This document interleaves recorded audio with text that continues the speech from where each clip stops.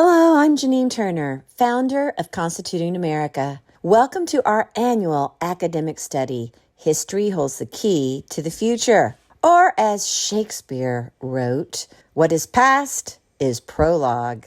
This year's study is entitled The Genius of America, A Journey into Our Republic, a study on Alexis De Tocqueville's Democracy in America.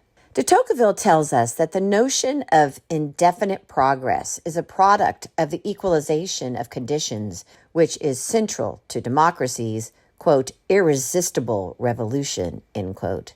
Eric W. Schmidt. This essay is entitled How Equality Suggests to Americans the Idea of the Indefinite Perfectibility of Man. Volume 2, Part 1, Chapter 8. Guest essayist, Eric W. Schmidt. Pages 426 through 428.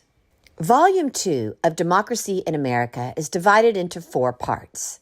How democracy shapes the intellectual movement, sentiments, mores, and ideas of Americans.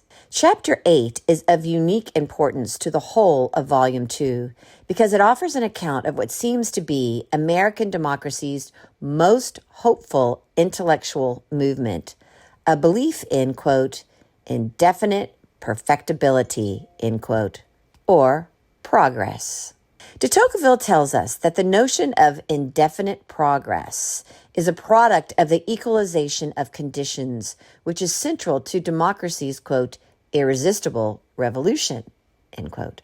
Equality, displayed by the leveling of social hierarchy and the rise of economic or material equality, suggests new intellectual currents to Democrats, which de Tocqueville contrasts with those of the previous regime.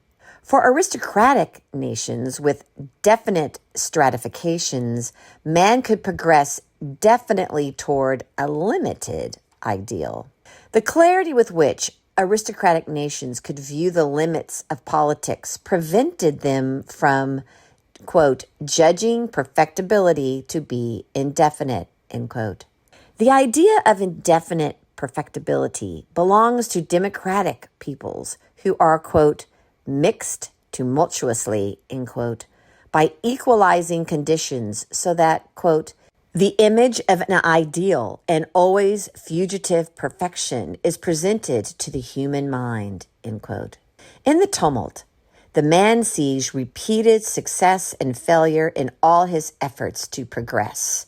Never can he be satisfied that anyone has the absolute truth. The Democrat is thus someone who, quote, tends ceaselessly toward the immense greatness that he glimpses confusedly at the end of the long course that humanity must still traverse, end quote. The democratic revolution overturns aristocratic practice and establishes new modes and orders that befit this restless pursuit of perfection. Accordingly, the aristocrat builds for greatness and endurance, hoping to extend their definite grasp of a limited perfection as far into the future as possible. The Democrat, on the other hand, is enamored with what is new. De Tocqueville makes much of an encounter with an American sailor who, when asked why Americans build ships that do not last, states simply that progress is so rapid that, quote, the most beautiful ship would soon become almost useless if its existence were prolonged beyond a few years, end quote. In the words of this sailor, de Tocqueville, quote, perceives the general and systematic idea according to which a great people conducts all things, end quote. De Tocqueville concludes that, quote, aristocratic nations tend to contract the limits of human perfectibility too much, end quote, while democratic nations, quote, extend them beyond measure, end quote. Here, de Tocqueville attempts to make sense of the aristocratic past and discern the course of the Democrats' future. How will a people so moved by progress come to regard enduring values? Where will they find limits to their quest for newness? Further confounding Americans' relationship with progress are their other intellectual movements. Chapter 8 is a counterpoint to the previous chapter on pantheism. Pantheism, the idea that all, creator and creation, is a single whole, forecloses the possibility that man can extend himself beyond nature. Pantheism admits no possibility of human progress because man is not distinct from the rest of creation. However, in Chapter 8, De Tocqueville argues that though democracy tends toward pantheism, equality suggests just as strongly a notion of indefinite perfection, which diametrically opposes the fatalism of pantheism with an unbounded capacity for man to improve his estate. Pantheism embellishes the Democrat's tendency to generalize by reducing all to the sameness, and progress demands that the Democrat be exempted from those generalizations so that he might progress beyond what is.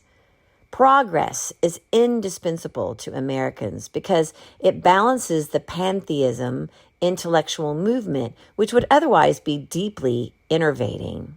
This apparent opposition points beyond Chapter 8 to more profound questions about how the idea of progress affects American life and culture. Because Americans are so wed to this notion of progress, much of the rest of Volume 2 should be read with regard to this view.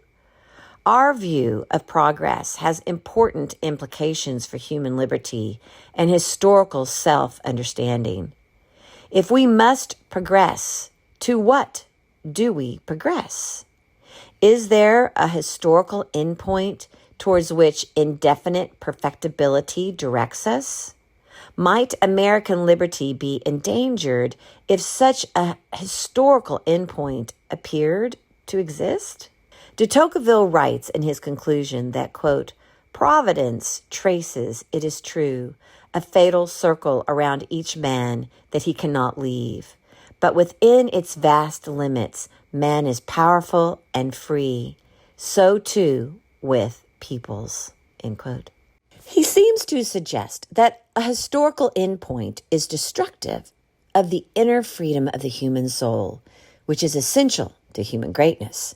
If we must encourage progress to resist other intellectual movements endemic to democracy, such as pantheism, then the task for American statesmen is to reconcile indefinite perfectibility with individual freedom, protecting the latter from theories and historical accounts that would motivate attempts to constrict it. This essay was written by Dr. Eric Schmidt. Dr. Eric Schmidt is an associate professor of political science at Kentucky Wesleyan College, specializing in political philosophy and American political institutions. He holds a PhD in political science and a master's in philosophy from Louisiana State University. His current research focuses on the intersection of political philosophy, civics, and the digital transformation. As head of the Political Science and Legal Studies programs at KWC, Dr. Schmidt enjoys serving as an advisor to students interested in law and public service careers. He resides in Owensboro with his wife and daughters.